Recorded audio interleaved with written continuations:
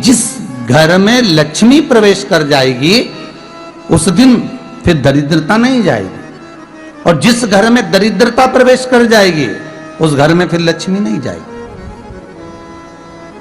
अब जब मैं अंदर देख कर आ गई हूं तो तू अंदर नहीं जा सकती, अर्थात लक्ष्मी के चरण जिस घर में पड़ गए उस घर में फिर दरिद्रता प्रवेश नहीं कर रही। चलते चलते फिर दरिद्रता ने देखा और लक्ष्मी जी इसको लेकर गई, और लक्ष्मी जी ने देखा कि इसके दरवाजे पर जल नहीं छीटा गया, इसके दरवाजे पर ना रंगोली डली है, इसका द्वार साफ नहीं हुआ है, इसके द्वार पर दीप नहीं है, इसके द्वार पर कलश नहीं है, इसके दरवाजे पर ढेर सारा कचरा पड़ा हुआ है, कोई स्वान कोई कुत्ता गंदगी भी कर कर चला गया है, कहीं बिल्ली ने गंदगी कर रखी है, कहीं जीवों ने कुछ गंदा गिरा रखा है। तो फिर लक्ष्मी जी कहती है, जी जी अब मैं होकर आ गई थी ना, अब तू जा, तू होकर आ, और दरिद्रता प्रवेश करती है। तो अंदर जाकर क्या देखती है दरिद्रता कि इतनी सवेरे से मैं घूमने इनके दरवाजे पर आई और ये तो सब चादर तान के चकाचक गुर्राटा भर भर कर सो रहे हैं। तो दरिद्रता कह देती है, तुम्हारा भाग्य ही बेकार है, तो मैं क्या करूं, तुम ऐसे ही सोते रहो। और दरिद्रता गुस्से में बाहर निकल कर आती है, लक्ष्मी से कहती है, लक्ष्मी तू इसके घर में जाना ही मत ही।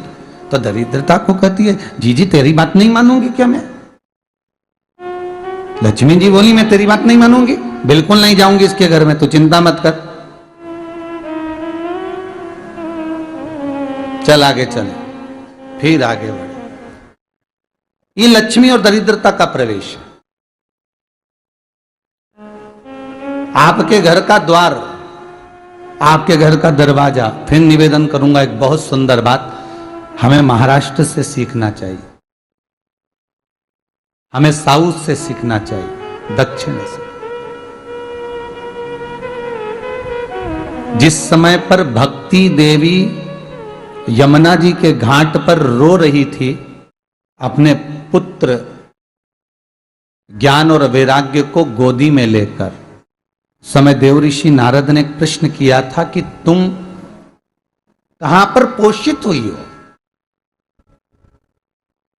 तुम्हें ऊर्जा कहां से प्राप्त हुई? तो कहा, मैं गुजरात से तो चली हूं। और वहां से चलती चलती भक्ति देवी कहती है, मैं बहुत दुखी होकर, बूढ़ी होकर, द्रवित होकर, बड़ी दुख में वहां से चलते चलते जब मैं महाराष्ट्र में पहुंची तो मैंने वहां जाकर देखा कि वहां पर लोग हर पल हर घड़ी ब्रह्म मुहूर्त में उठकर स्मरण करते हैं, नाम जाप करते हैं और दरवाजे पर जल छीट कर रंगोली डालते हैं। तो कह रही है कि वहां पर मैं थोड़ी अवस्थावान होने लगी, वहां मुझे अच्छा लगने लगा। फिर जब मैं और आगे पढ़ी, दक्षिण में जब पहुंची, वहां पर जाकर मैंने देखा कि सुबह से उठकर मंगलाचरण, मंगला स्तोत्र और वेदों की ध्वनि होने लगी। वहां पर मैं और आनंदित हो गई। हमें कुछ चीजें महाराष्ट्र से सीखना चाहिए कि वहां रहने वाले जो भगत हैं, वारकरी संप्रदाय के जो भक्त होते हैं, वैष्णव जो धर्म के भक्त होते हैं, उनका नियम है सवेरे के समय घर में पानी है कि नहीं है, पर जब भी वो घर का दरवाजे के बाहर थोड़ा ना थोड़ा पानी तो छीट ही देते हैं। और छीटने के बाद फिर वहां पर अपने यहाँ तो दिवाली पे रंगोली बनती है जी, और वहां पर रोज की रंगोली बन जाती है कि कभी हो सकता है परमात्मा राह भूल कर हमारे घर में प्रवेश कर जाए, इसलिए वहां प्रतिदिन की रंगोली, प्रतिदिन।